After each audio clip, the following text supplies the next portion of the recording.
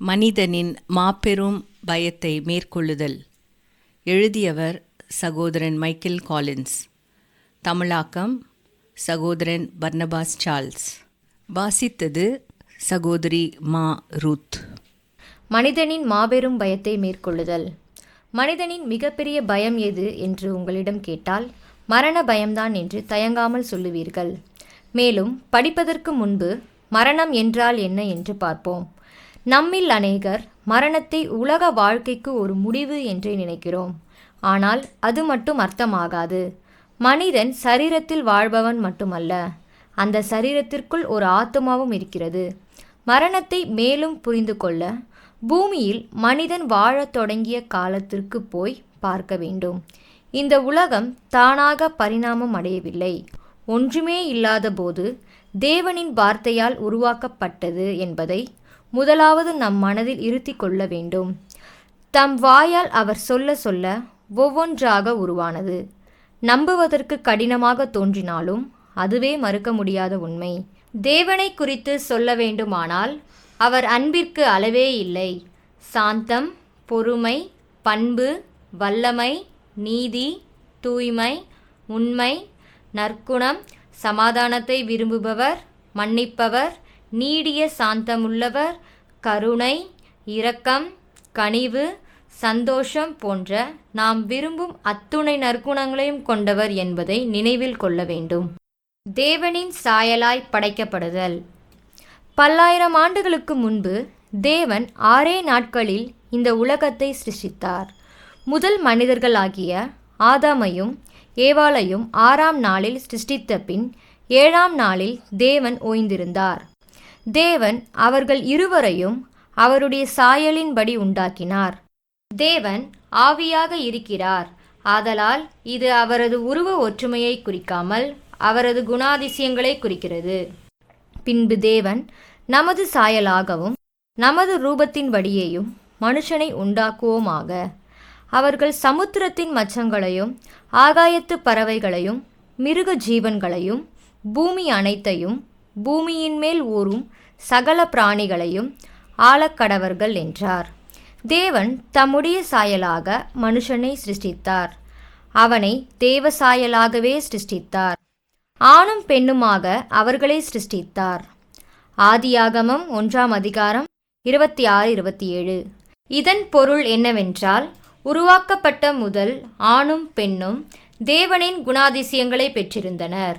அவர்களுக்குள் அன்பு, மகிழ்ச்சி, சமாதானம், பொறுமை, கனிவு, நற்குணம், உண்மை, தயவு, சுய கட்டுப்பாடு, இன்னும் தேவனிடம் இருந்த எல்லா குணாதிசயங்களும் காணப்பட்டன. ஆத்துமாவோடும் சரீரத்தோடும் சிருஷ்டிக்கப்பட்டோம். நாம் ஒரு சரீரத்தோடும் ஆத்துமாவோடும் சிருஷ்டிக்கப்பட்டுள்ளோம். மனிதனின் சரீரத்தை மண்ணினாலே உண்டாக்கி அதன் மூக்கினுள் தன் சுவாசத்தை ஊதி உயிர் கொடுத்தார். தேவனாகிய கர்த்தர் மனுஷனை பூமியின் மண்ணினாலே உருவாக்கி ஜீவ சுவாசத்தை அவன் நாசியிலே ஊதினார். மனுஷன் ஜீவாத்துமாவானான். ஆதியாகமம் 2ஆம் அதிகாரம் வசனம் 7. இதன் பொருள் என்னவென்றால், தேவன் நித்தியமாய் இருப்பது போலவே நாமும் என்றென்றும் வாழும்படி உண்டாக்கப்பட்டோம். ஆனால் ஏதோ ஒன்று மாறியதால் இப்படி நடப்பதை தடுத்துவிட்டது. நடந்ததை கண்டுபிடிக்க தொடர்ந்து படியுங்கள். அனுமதியும் தடையுத்தரவும். தேவன் ஆதாமுக்கும் ஏவாளுக்கும் அளவற்ற விடுதலையும் எச்சரிப்புடன் இணைந்த ஒரே ஒரு தடையும் அளித்திருந்தார். தேவனாகிய கர்த்தர் மனுஷனை நோக்கி, நீ தோட்டத்தில் உள்ள சகல விருட்சத்தின் கனியையும் புசிக்கவே புசிக்கலாம். ஆனாலும் நன்மை தீமை அறியத்தக்க விருட்சத்தின் கனியை புசிக்க வேண்டாம். அதை நீ புசிக்கும் நாளில் சாகவே சாவாய் என்று கட்டளையிட்டார். ஆதியாகமம் 2ஆம் அதிகாரம் வசனம் 16-17. மரணம். மரணம் என்ற வார்த்தையை கேட்டதும் பொதுவாக நாம் சரீர மரணத்தையே யோசிக்கிறோம். ஆனால் நாம் உடலும் ஆத்துமாவும் கொண்ட சரீரத்தில் உள்ளவர்கள் மட்டுமல்லாமல் ஆவிக்குரியவர்களும் கூட. எனவே சாவு நம் சரீரம் மற்றும் ஆத்துமாவை சிதைக்கிறது என்பதை மறந்துவிடக்கூடாது. ஆதலால் ஆதாமும் ஏவாளும் பாவம் செய்த உடனே அவர்கள் ஆவியிலே மரித்து போனார்கள். எப்படி என்றால் அவர்களுக்குள் இருந்த தேவசாயல் முழுவதும் சிதைந்து போய் தேவனின் அழகான குணாதிசயங்கள் வெளிப்படாமல் போனது. அவர்கள் ஆவியில் மரித்தது மட்டுமல்லாமல் சரீரமும் சாவுக்கேதுவாக நாளுக்கு நாள் பலவீனப்பட்டது. இருந்தாலும் நமது வாழ்நாட்களை விட அக்காலத்தில் வாழ்ந்தவர்கள் நீண்ட நெடிய நாட்கள் வாழ்ந்துள்ளனர். மெத்தூசலா அதிக நாட்கள் வாழ்ந்தவன். மெத்தூசலாவுடைய நாளெல்லாம் 969 வருஷம். அவன் மரித்தான். ஆதியாகமம் 5:27. மனிதனின் வீழ்ச்சி. தேவனுக்கு விரோதமாக செய்வது அவர்களுக்குள் பாவத்தையும் மரணத்தையும் கொண்டு வரும் என்று ஆதாம் ஏவாள் அறிந்திருந்தும் பாவத்தை தெரிந்து கொண்டனர். அன்று முதல் தேவனுக்கு பிரியமான வாழ்க்கையை மனிதன் வாழ விரும்பினாலும் அவனது முயற்சிகள் ஒன்றும் அவரை பிரியப்படுத்தவில்லை. பாவம் உலகளாவிய மக்களை ஆட்சி செய்ய ஆரம்பித்தது. அது இன்றும் தொடர்கிறது. மனிதன் அப்பாவத்திற்கு அடிமையானதுமின்றி அதற்கான தண்டனையாகிய மரணத்தையும் தன் கழுத்தில் சுமந்து கொண்டு இருக்கிறான். இந்த மரணம் தற்காலிகமானதல்ல, இது நிரந்தரமானது. அப்படியானால் மனிதன் தேவனை விட்டு நித்தியமாக பிரிக்கப்பட்டு பரலோகத்தில் தேவனுக்கு விரோதமாக எழும்பிய சாத்தானுக்காகவும் அவன் தூதர்களுக்காகவும் ஏற்படுத்தப்பட்ட நரகத்தில் தள்ளப்படுவான். நம்மை தேவனுக்கு விரோதமாக திசை திருப்ப சாத்தானும் தன்னால் ஆன எல்லா முயற்சிகளையும் செய்து தான் சென்றடையும் நரகத்தில் நம்மையும் தள்ளி அழிக்க விரும்புகிறான். இவ்வாறு பாவமும் மரணமும் மக்களின் மீது வந்தது. இப்படியாக ஒரே மனுஷனாலே பாவமும் பாவத்தினாலே மரணமும் உலகத்திலே பிரவேசித்தது போலவும் எல்லா மனுஷரும் பாவம் செய்தபடியால் மரணம் எல்லாருக்கும் வந்தது போலவும் இதுவுமாயிற்று. ரோமர் 5:12. தேவனின் மீட்பின் திட்டம். இக்காட்சி சற்று கண்டிப்பானதாக தோன்றினாலும் இதில் ஒரு நற்செய்தியும் காத்திருக்கிறது. மனிதன் தேவனுக்கு விரோதமாக மாறினாலும் அன்பும் ஞானமும் உள்ள தேவன் நம்மை பாவத்தின் பிடியிலிருந்தும் அதன் முடிவாகிய நித்திய மரணத்திலிருந்தும் மீட்பதற்கு அவர் ஒரு திட்டத்தை வைத்திருந்தார். அத்திட்டத்தை படிப்படியாக வெவ்வேறு காலங்களில் மக்களுக்கு வெளிப்படுத்தி வந்தார். அதில் முதலாவது ஆபிரகாம் என்றவருக்கு வெளிப்படுத்தப்பட்டது. அவனும் அவன் மனைவியும் வயது முதிர்ந்த காலத்திலும் பிள்ளை பெறுவார்கள் என்ற தேவனின் வாக்குறுதியை விசுவாசித்தார்கள். அவன் தேவனின் வாக்கு தத்தத்தை விசுவாசித்தபடியால் தேவன் தமது நீதியை அவனுக்கு கொடுத்தார்.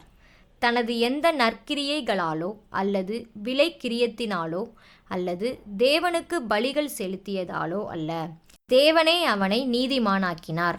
தேவன் தனக்கு கொடுத்த வாக்கு தத்தத்தை அவன் விசுவாசித்தபடியால்தான் அவனை தேவன் நீதிமானாக்கினார். இதை மனதில் பதித்து கொள்ளுங்கள். பின்பு இதை ஒப்பிடுவோம். தேவனின் ஜனம். இந்த ஆபிரகாம் யூதேயா தேசத்தின் இஸ்ரவேலருக்கு தகப்பனானான். இவர்களைத்தான் தேவனும் தம் சொந்த ஜனமாக அழைக்கிறார். பாவத்தின் பிடியிலிருந்தும் அதன் தண்டனையிலிருந்தும் மனுக்குலத்தை மீட்டு நமக்கு நித்திய வாழ்வை கொடுக்கும் திட்டத்தை இந்த யூத வம்சத்தின் மூலமாகவே நிறைவேற்ற தேவன் திட்டம் பண்ணினார். ஆனால் தேவன் இத்திட்டத்தை நிறைவேற்றுவதற்கு முன்பு வேறு ஒன்றை செய்தார். ஆரம்பத்தில் அதை யூதர்கள் தவறுதலாக புரிந்து கொண்டனர். 2 முக்கியமான விஷயங்களை அவர்கள் உணர்ந்து கொள்ள சில கட்டளைகளை அவர்களுக்கு கொடுத்தார். முதலாவது, தேவன் பரிசுத்தத்தில் உன்னதர், நாமோ பாவத்தில் உழல்பவர். இரண்டாவது, தன் சொந்த முயற்சியால் ஒருவராலும் அந்த கட்டளைகளை கைக்கொண்டு பிழைக்க முடியாது. கட்டளைகள் கொடுக்கப்பட்டது முதல் ஜனங்கள் தங்கள் சொந்த முயற்சியால் அவற்றை நிறைவேற்ற முற்பட்டதும் வீணானது. அவற்றை கைக்கொள்ள எந்த அளவு முயற்சித்தார்களோ அந்த அளவு தோல்வியை கண்டதுதான் மிச்சம். ஏனெனில் அவை மனிதனின் சுய பலத்தினால் எட்டி பிடிக்க முடியாதவை. இப்படி இருக்க பாவத்தை அறிகிற அறிவு நியாய பிரமாணத்தினால் வருகிறபடியால் எந்த மனுஷனும் நியாய பிரமாணத்தின் கிரியைகளினாலே தேவனுக்கு முன்பாக நீதிமானாக்கப்படுவதில்லை. ரோமர் 3:20. இது ஒரு கேள்வியை கேட்க வைக்கிறது. இந்த கட்டளைகளால் நம்மில் ஒருவரும் பிழைக்க முடியாத போது ஏன் அவற்றை நமக்கு முதலில் கொடுத்தார்? இந்த கேள்விக்கான பதில் மனிதனாக வந்த தேவகுமாரனாகிய இயேசு கிறிஸ்துவில் வெளிப்பட்டது. அவரே இந்த சட்டங்களை நிறைவேற்றினவர். அது மட்டுமின்றி அவரை விசுவாசிக்கிற எவருக்கும் நித்திய ஜீவனை பரிசாக அளிக்கிறார். ஆபிரகாம் தேவனை விசுவாசித்ததால் நீதிமானாக்கப்பட்டது போல இயேசுவை விசுவாசிக்கிறவர் யாராக இருந்தாலும் தேவனின் நீதியை பெற்று நித்திய வாழ்வை சுதந்தரிக்க முடியும். இயேசு தேவனின் குமாரன். தேவகுமாரனாகிய இயேசு மரியாள் எண்ணப்பட்ட கன்னிகை இடத்தில் அற்புத விதமாக தோன்றி இவ்வுலகில் வந்தார். இயேசுவின் பிறப்பை பற்றி காபிரியேல் என்ற தேவதூதன் இவ்வாறு மரியாளிடம் கூறினான். பரிசுத்த ஆவி உன்மேல் வரும், உன்னதமானவருடைய பலம் உன்மேல் நிழலிடும். ஆதலால் உன்னிடத்தில் பிறக்கும் பரிசுத்தமுள்ளது தேவனுடைய குமாரன் எனப்படும். லூக்கா 1:35. மிகப்பெரிய தியாகம். இயேசு ஒரு யூத குடும்பத்தில் பிறந்து பிதாவாகிய தேவனுக்கு பிரியமான குற்றமற்ற வாழ்க்கையை வாழ்ந்ததால் அவர் யோவான் ஸ்நானனால் ஞானஸ்நானம் பெற்றபோது வானம் திறக்கப்பட்டு வானத்திலிருந்து ஒரு சத்தம் உண்டாகி, இவர் என்னுடைய நேசகுமாரன், இவரில் பிரியமாயிருக்கிறேன் என்று உரைத்தது. மத்தேயு 3:17. மனிதனிடம் தேவன் எதிர்பார்த்த குற்றமற்ற வாழ்க்கையை இயேசு வாழ்ந்தார் என்று அவர் வாழ்வில் பிரியப்பட்ட தேவன் சந்தேகமின்றி கூறினார். எனவே அவர் அகில உலகத்தின் பாவத்தையும் தன் மீது சுமக்கத்தக்க பூரண புருஷனாக இருக்கிறார். அன்பு, கிருபை, இரக்கம் மற்றும் தேவநீதி. தேவனின் நிபந்தனையற்ற அன்பை நிரூபிக்க இயேசு வந்தார். அவரது அன்பு நாம் யார் அல்லது எப்படி வாழ்கிறோம் என்பதை சார்ந்திராமல் அவரின் படைப்பாகிய நம்மை பூரணமாக நேசிக்கும் அன்பு. தேவனின் கிருபையை நிரூபிக்க அவர் வந்தார். அந்த வார்த்தை மாம்சமாகி கிருபையினாலும் சத்தியத்தினாலும் நிறைந்தவராய் நமக்குள்ளே வாசம் பண்ணினார். அவருடைய மகிமையை கண்டோம். அது பிதாவுக்கு ஒரே பேரானவருடைய மகிமைக்கு ஏற்ற மகிமையாகவே இருந்தது. யோவான் 1:14. கிருபை என்பது தகுதியில்லாதவனுக்கு காட்டும் தயவு, நமது பாவத்து நிமித்தம். தகுதியற்ற நாம் தேவனின் அன்பையும் ஆசீர்வாதங்களையும் பெற்றுக்கொள்வது. தேவனின் இரக்கத்தையும் நிரூபிக்க இயேசு வந்தார். எப்படி என்றால், நமது பாவத்தின் நிமித்தம் பெற வேண்டிய தண்டனையையும் நாம் பெறாமல் தவிர்ப்பது. இயேசு தேவ நீதியையும் நிரூபித்தார். எப்படியெனில், அகில உலகத்தின் பாவத்தையும் தன்மேல் ஏற்ற இயேசுவை தண்டிப்பதன் மூலம் தேவன் பாவத்தை பொறுத்து கொள்ளாமல் கண்டித்தார். எனவே தேவன் நீதி உள்ளவரும் நீதிமானாக்குகிறவருமாய் ஜனங்களை குற்றமற்றவராக அல்லது நீதியுள்ளவராக மாற்றத்தக்கவர் இருக்கிறார். தேவன் பொறுமையாயிருந்த முற்காலத்தில் நடந்த பாவங்களை தாம் பொறுத்து கொண்டதை குறித்து தம்முடைய நீதியை காண்பிக்கும் பொருட்டாகவும் தாம் நீதியுள்ளவரும் இயேசுவினிடத்தில் விசுவாசமாயிருக்கிறவனை நீதிமானாக்குகிறவருமாய் விளங்கும்படி இக்காலத்திலே தமது நீதியை காண்பிக்கும் பொருட்டாகவும். ரோமர் 3:25-26. அகில உலகத்தின் பாவங்களுக்காக தன் ஜீவனை பலியாக ஒப்புக்கொடுப்பதன் மூலம் நிறைவேற்றினார். எப்படியெனில், நமது பாவங்களின் தண்டனையாகிய மரணத்தை நாம் பெறுவதற்கு பதிலாக நமது ஸ்தானத்தில் இயேசு மரித்ததினால் நாம் அந்த தண்டனைக்கு தப்பி மாறாக நித்திய ஜீவனை பெற்றுக்கொள்ளலாம். யோவான் 3:16 இயேசு சொன்னார், தேவன் தம்முடைய ஒரே பேரான குமாரனை விசுவாசிக்கிறவன் எவனோ அவன் கெட்டு போகாமல் நித்திய ஜீவனை அடையும்படிக்கு அவரை தந்தருளி இவ்வளவாய் உலகத்தில் அன்பு கூர்ந்தார். அந்த ரோமானிய சிலுவையில் கொடூர மரணமடைந்ததுமின்றி 3ஆம் நாள் உயிர்த்தெழுந்ததனால் நம் சார்பில் பலியான அவரது தியாகம் தேவனால் அங்கீகரிக்கப்பட்டது நிரூபணமாகிறது. தேவனின் நீதி. நமது ஸ்தானத்தில் இயேசு மரித்ததனாலும் மீண்டும் உயிர்த்தெழுந்ததாலும் நமது பாவங்களுக்கான தண்டனையை சுமந்ததுமின்றி தம்மை விசுவாசிக்கின்ற யாவருக்கும் தேவநீதியை பரிசாக அளிக்கிறார். இப்படி இருக்க நியாய பிரமாணம் இல்லாமல் தேவநீதி வெளியாக்கப்பட்டிருக்கிறது. அதை குறித்து நியாய பிரமாணமும் தீர்க்க தரிசனங்களும் சாட்சியிடுகிறது. அது இயேசு கிறிஸ்துவை பற்றும் விசுவாசத்தினாலே பலிக்கும் தேவநீதியே. விசுவாசிக்கிற எவர்களுக்குள்ளும் எவர்கள் மேலும் அது பலிக்கும். வித்தியாசமே இல்லை. ரோமர் 3:21-22. தேவனின் பார்வையில் எந்த மனுஷனும் நீதிமான் இல்லை. ஏனெனில் தேவன் பரிசுத்தர். அவரது பரிசுத்தத்தோடு நம்மை ஒப்பிட்டால் தொலை தூரத்தில் இருக்கிறோம். ஆனால் முற்றிலும் நீதியுள்ள இயேசு தேவனின் நீதியையே பரிசாக கொடுக்கும் அதிகாரம் பெற்றவர். நீதிமானாக்கப்பட நாம் எந்த பரிகாரமும் செய்ய தேவையில்லை. ஆபிரகாம் எப்படி தேவனை விசுவாசித்து தேவனாலே நீதிமானாக்கப்பட்டானோ அதேபோல் நாமும் தேவனை விசுவாசித்தால் போதும். அதனால் நமக்கென்ன பலன்? இன்று உங்களுக்கும் எனக்கும் இதை எவ்வாறு அர்த்தப்படுத்தலாம்? எப்படியெனில், இயேசு உங்கள் ஸ்தானத்தில் மரித்து உயிர்த்தெழுந்ததை விசுவாசித்து ஞானஸ்நானம் பெற்றால் உங்கள் பாவங்கள் மன்னிக்கப்பட்டு நித்திய மரணத்துக்கு தப்பி தேவ நீதியை பரிசாக பெற்று பூமியிலேயே புதுவாழ்வை பெற்று முடிவில் தேவனோடு பரலோகத்தில் நித்திய காலம் வாழலாம். இதனால் நாம் சரீரத்தில் மரிக்க மாட்டோம் என்று பொருளாகாது. நமது ஆத்துமா மரிக்காத நித்திய நிலையை அடைந்தது என்றே பொருள். ஆண்டவர் இயேசு மறுபடியும் வரும் முன் இந்த நமது சரீரம் மரித்தாலும் பின்பு ஒரு புதிதும் மகிமையுமான சரீரத்தை பெற்றுக்கொள்வோம். இதோ ஒரு இரகசியத்தை உங்களுக்கு அறிவிக்கிறேன். நாம் எல்லாரும் நித்திரை அடைவதில்லை. ஆகிலும் கடைசி எக்காலம் தொனிக்கும்போது ஒரு நிமிஷத்திலே ஒரு இமைப்பொழுதிலே நாம் எல்லாரும் மறுரூபமாக்கப்படுவோம். எக்காலம் தொனிக்கும். அப்பொழுது மரித்தோர் அழிவில்லாதவர்களாய் எழுந்திருப்பார்கள். நாமும் மறுரூபமாக்கப்படுவோம். அழிவுள்ளதாகிய இது அழியாமையையும் சாவுக்கேதுவாகிய இது சாவாமையும் தரித்து கொள்ள வேண்டும். 1 கொரிந்தியர் 15:51-53. ஞானஸ்நானம் என்றால் என்ன? பாப்டிட்ஸோ என்ற கிரேக்க வார்த்தையிலிருந்து பாப்டிசம் என்ற ஆங்கில வார்த்தை வருகிறது. இதன் பொருள் மூழ்க செய்தல்.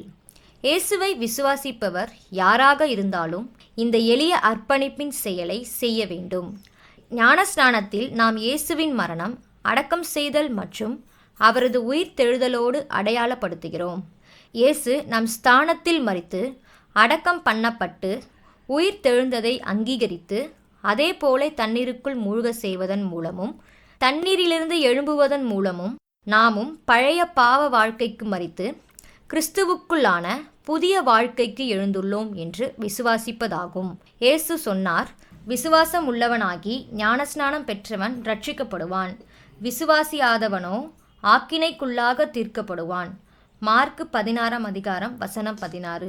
இயேசுவின் விசுவாசி ஒவ்வொருவரும் ரட்சிக்கப்பட ஞானஸ்நானம் பெற்றுக்கொள்ள வேண்டியது தெளிவாகிறது. ஒரு பரிசு.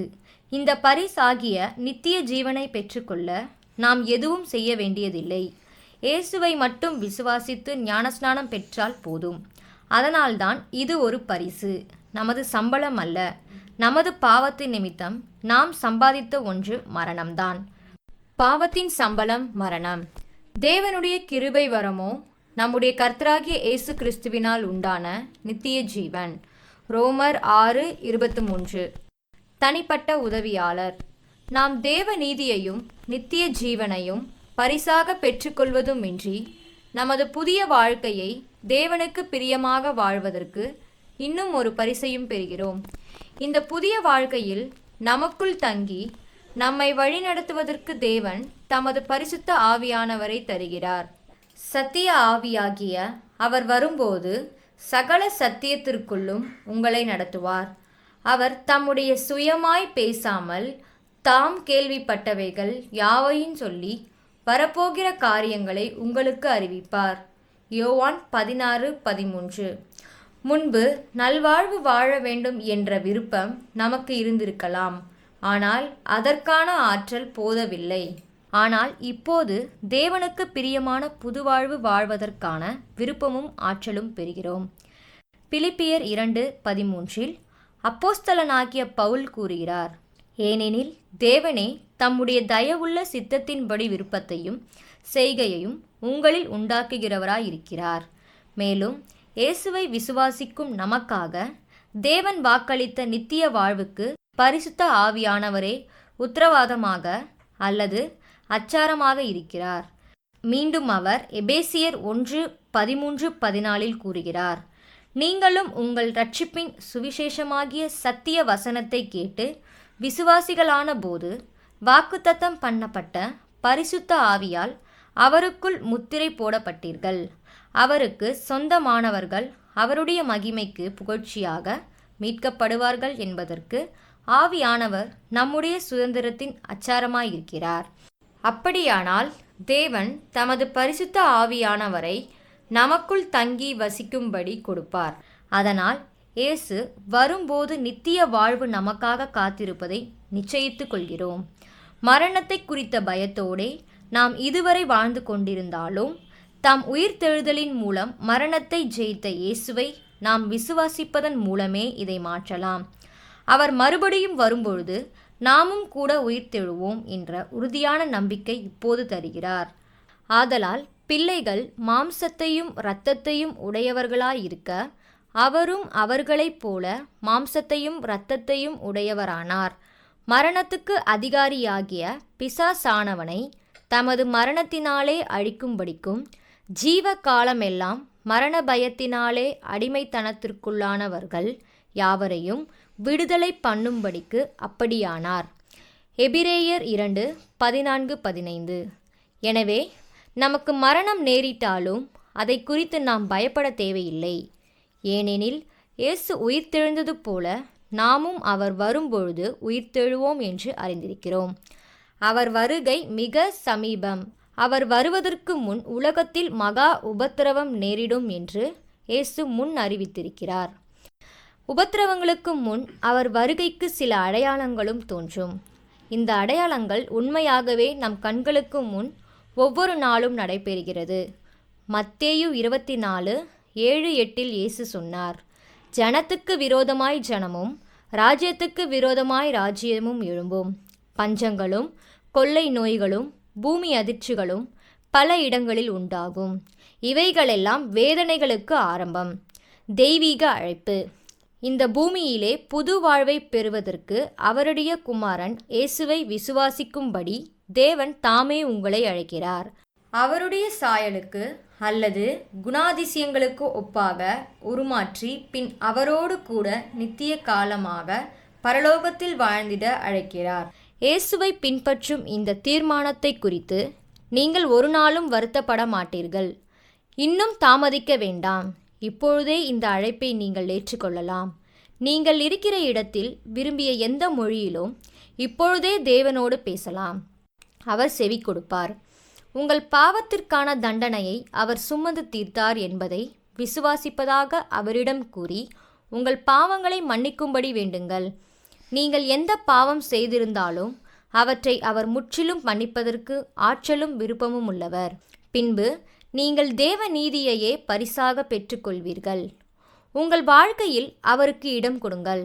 அப்பொழுது அவர் உங்களுக்குள் தங்கும் பரிசுத்த ஆவியானவரை கொடுப்பார். உடனடியாக நீங்கள் குற்ற உணர்வுக்கு விடுபட்டு மன்னிப்பை அனுபவிப்பீர்கள். விவரிக்க முடியாத சமாதானத்தையும் உலகம் தர முடியாத சந்தோஷத்தையும் பெற்றால் வாழ்க்கை முற்றிலும் மாறிவிடும். யோவான் 14:27 இயேசு சொன்னார், சமாதானத்தை உங்களுக்கு வைத்து போகிறேன், என்னுடைய சமாதானத்தையே உங்களுக்கு கொடுக்கிறேன். உலகம் கொடுக்கிற பிரகாரம் நான் உங்களுக்கு கொடுக்கிறதில்லை.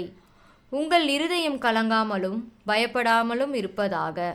ஏசாயா என்ற தீர்க்கதரிசியின் மூலம் ஏசாயா 1:18 தேவன் சொன்னார், வழக்காடுவோம் வாருங்கள் என்று கர்த்தர் சொல்லுகிறார். உங்கள் பாவங்கள் சிவேரென்றிருந்தாலும் உறைந்த மழையைப் போல வெண்மையாகும். அவைகள் இரத்தாம்பர சிவப்பாயிருந்தாலும் பஞ்சை போலாகும். இது மட்டுமல்ல, நீங்கள் தேவனுடைய பிள்ளையாக மாறிவிடுகிறீர்கள். இதை கற்பனை செய்து பாருங்கள். பேரண்டத்தின் கடவுள் உங்கள் தகப்பனாகிறார். உலகத்தின் எந்த ஒரு தகப்பனையும் விட தேவன் உங்களுக்கு நெருக்கமானவராகி விடுகிறார். அவருடைய நாமத்தின் மேல் விசுவாசம் உள்ளவர்களாய் அவரை ஏற்றுக்கொண்டவர்கள் எத்தனை பேர்களோ அத்தனை பேர்களும் தேவனுடைய பிள்ளைகளாகும்படி அவர்களுக்கு அதிகாரம் கொடுத்தார். யோவான் 1:12. உங்களை லௌகீக மரணத்திலிருந்து ரட்சித்து நித்திய ஜீவனை கொடுப்பதற்காக இயேசு என்ன செய்திருக்கிறார் என்பதையெல்லாம் வாசித்த நீங்கள் அதை விசுவாசிப்பீர்களானால் இந்த வார்த்தைகளை ஒரு வழிகாட்டும் குறிப்பாக பயன்படுத்தி நீங்களே ஆண்டவரிடம் ஜெபம் செய்யலாம். நீங்கள் விரும்பியது போல எந்த மொழியிலும் தேவனிடம் ஜெபிக்கலாம், அவரும் செவி கொடுப்பார். தேவனே, நான் செய்த பாவங்களுக்காக எனக்கு பதிலாக மரிக்கும்படி நீர் உமது குமாரன் இயேசுவை இந்த உலகத்தில் அனுப்பினீர் என்று விசுவாசிக்கிறேன். அவர் எனக்காக மரித்து உயிர்த்தெழுந்து பரலோகத்திற்கு வந்துள்ளார் என்பதை விசுவாசிக்கிறேன்.